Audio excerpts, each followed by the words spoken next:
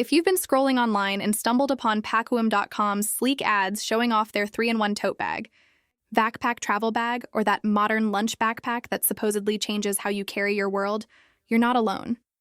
The site looks clean, the bags look premium, and the prices are tempting enough to make anyone pause and think, wow, this could be my next travel essential. But here's where things start to get interesting. Once you dig past the polished marketing, a different story begins to surface.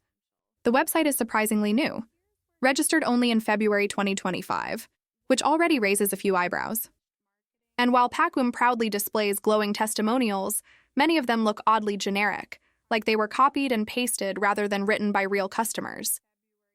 Then there's the Trustpilot page, and this is where the red flags really start waving. Users have reported poor quality bags, long delivery times, and little to no customer support. Some even claimed they received something totally different from what was advertised.